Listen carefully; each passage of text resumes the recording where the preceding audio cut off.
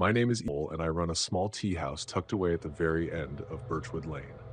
The wooden sign above the door, cracked and faded, reads Midnight Tea. There's no menu, no prices, only one type of black tea brewed the way my father taught me. But the tea itself isn't why people come here. It's the secret. If you order shadow tea and follow 3 rules, you can speak to someone who's already passed on. The rules are simple, but absolute. Finish the tea before the steam disappears. Never touch them, no matter what. You get 1 meeting, ever. I've never used it for myself, even though the reason I inherited this place is because my father died suddenly, found collapsed right outside the tea house one foggy night. One rainy evening, the first customer stepped in, a college kid named Luke Bennett, pale and sleepless. His hands trembled as he handed me a slip of paper with a single name, Emily Carter. When the tea was poured and the steam curled upward, a young woman in a white trembled as he handed me a slip of paper with a single name, Emily Carter. When the tea was poured and the steam curled upward, a young woman in a white sweater appeared in the seat across from him. They spoke in whispers, his voice breaking more than once. And when the last drops were gone, she faded, leaving Luke staring at an empty chair. Others came after him. A man named Paul Richards, desperate to apologize to his late wife. An elderly woman, Margaret Kane, hoping to hear her grandson forgive her. A young woman, Chloe Harris, torn between staying in her hometown or taking a job across the country, asking her mother's spirit for guidance. Every time the tea cooled, the spirit was gone. Every time the customer left with something heavy in their heart. Then one night, a different kind of visitor walked in. A tall man in a black raincoat, dripping water on the floor, took a seat and tapped his fingers slowly against the table. "I want to see the masked man," he said. I'd never heard the name, and tapped his fingers slowly against the table. "I want to see the masked man," he said. I'd never heard the name before. As the steam rose from the cup, the windows shook. A sudden gust blew the paper lanterns overhead, and then he appeared, tall, faceless, wearing a cracked porcelain mask. For the first time, I realized the rules might not be enough to keep me or my customers safe. The air in the tea house felt heavier, like every sound had been smothered. The masked man didn't sit like the others did. He stood motionless in the corner booth, his porcelain mask tilted ever so slightly toward the man who had summoned him. The customer, he hadn't given me his name, leaned forward. "You know why I'm here." The masked man didn't respond. The crack in his mask widened just enough to reveal a sliver of darkness beneath, and though no words came, the air seemed to carry his meaning. "I know." The man's voice trembled with both anger and fear. "You took something from me. A debt," seemed to carry his meaning. "I know." The man's voice trembled with both anger and fear. "You took something from me. A debt. Unpaid." For the first time since I'd run this tea house, I saw a spirit move closer to a customer. The rules ran through my mind like a warning siren. "No touching," I said firmly. The masked man turned his head toward me, slowly. The lantern light reflected off the porcelain, and for a moment I felt an overwhelming pressure in my chest, as if the air itself wanted me silent. The customer ignored me, gripping his teacup like a lifeline. "Tell me where it is." And that's when I noticed something horrifying. The steam from the tea wasn't fading.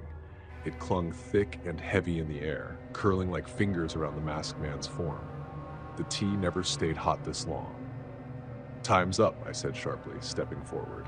The masked man's head tilted again, this time toward me. The crack in his mask stretched wider, and I swear I saw something move behind it. The masked man's head tilted again, this time toward me. The crack in his mask stretched wider, and I swear I saw something move behind it. The tea house lights flickered, and in that instant, every cup on the shelves rattled. The customer stood, panic flashing in his eyes. "What's happening?" Before I could answer, the masked man reached for him. Not just an illusion, not a flicker of cold air. His hand, pale and long-fingered, touched the man's shoulder, and the man vanished. The masked man turned toward me. His voice was like shattered porcelain scraping the floor. One meeting, one rule broken. Now the dead is yours. The lanterns blew out. When the lanterns flared back to life, the masked man was gone. So was the customer. Only the teacup remained, perfectly upright, a thin trail of steam still rising from it. I stood frozen for nearly a full minute, my breath caught in my throat. I'd seen dozens of customers meet the dead. I'd seen grief, anger, regret, but never this. When I finally stepped closer, I noticed something on the table. A porcelain shard, hairline cracks running through it like a spider web. I reached for it, but the moment my fingers brushed its surface, I felt a cold pulse crawl up my arm, like someone had just whispered a name into my bones. I dropped it instantly. It clinked against the wood, but didn't break. That night, I didn't sleep. 2 days later, another customer came. A middle-aged woman, hair pulled back tight, eyes red-rimmed from crying. Her voice was trembling when she ordered, I need to see my brother."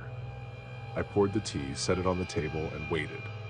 But instead of the brother, the masked man appeared. A middle-aged woman, hair pulled back tight, eyes red-rimmed from crying. Her voice was trembling when she ordered, I need to see my brother." I poured the tea, set it on the table, and waited. But instead of the brother, the masked man appeared. I almost knocked the kettle. "Stop," I said sharply. "You're not the one she called." The masked man didn't look at me. He looked at her, and she didn't even react. It was as if she couldn't see him. Then he turned his head, just slightly, so I could see the crack in his mask again. "The debt is yours." I realized with a chill in my spine that this wasn't about her at all.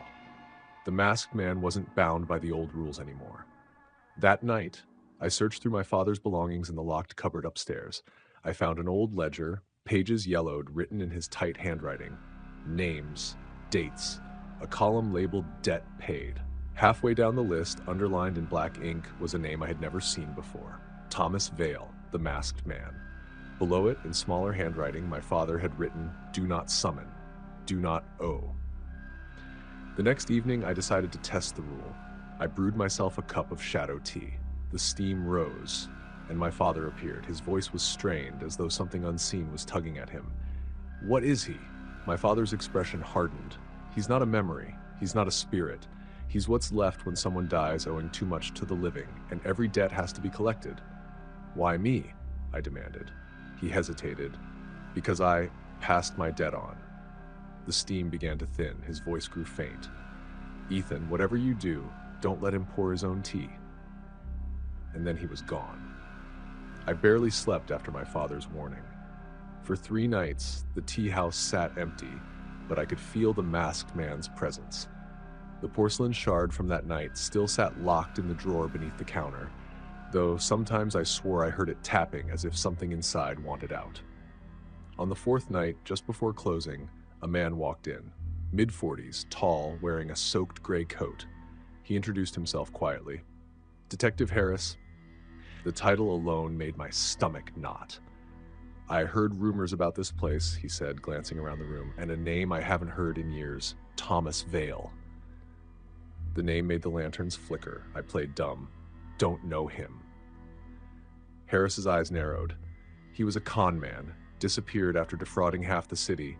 Bodies followed in his wake, people who crossed him. "You wouldn't know anything about that, would you?" Before I could respond, he leaned closer. "You can tell me the truth, or I can order a tea and ask him myself." I almost told him no, but something in me hesitated. Maybe, just maybe, Harris could help end this. I poured the shadow tea. The steam rose, and Thomas Vale, the masked man, appeared. This time, his mask was cracked further, fragments missing like rotted teeth. His voice scraped the air. Harris's hand went to his coat pocket, but his voice stayed steady. "Where are the bodies, Vale?"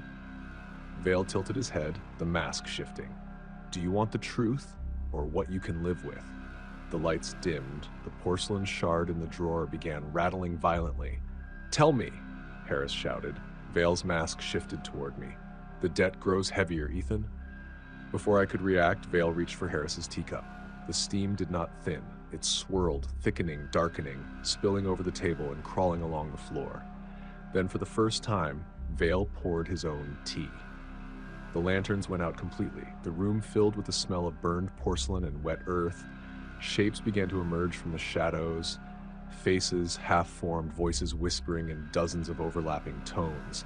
I realized these were all the debts Vale had collected. Harris backed away. "What the hell is this?" Vale stepped forward, mask gleaming in the dark. "A tea house is only as strong as its keeper, and your father," open. The porcelain shard shot into the air, rejoining the masked man's mask, sealing the last crack. I remembered my father's warning. Don't let him pour his own tea. There was only one chance. I grabbed the kettle, still hot, and slammed it over Vale's cup, flooding it until the tea hissed and steamed out. The masked man froze. The voices screamed in unison, his form fractured, porcelain splitting and collapsing inward. One by one, the whispering debts were dragged back into the mask until nothing remained but shards smoking faintly on the floor. The tea house went silent. Harris stared at the shards, then at me. "What now?" I swept the shards into the old ledger. "We keep the rules, and we never pour for him again." That night, as I locked up, I swore I heard a faint tapping from inside the ledger. Just slow knocks, and a whisper. The debt is never truly paid.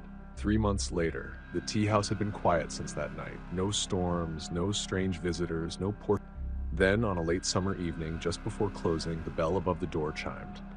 A young woman stepped inside, early 20s, backpack slung over one shoulder, eyes red like she'd been crying. She smiled faintly. She smiled, "Are you Ethan?"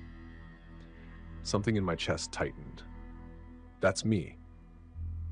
What can I get you?" She hesitated.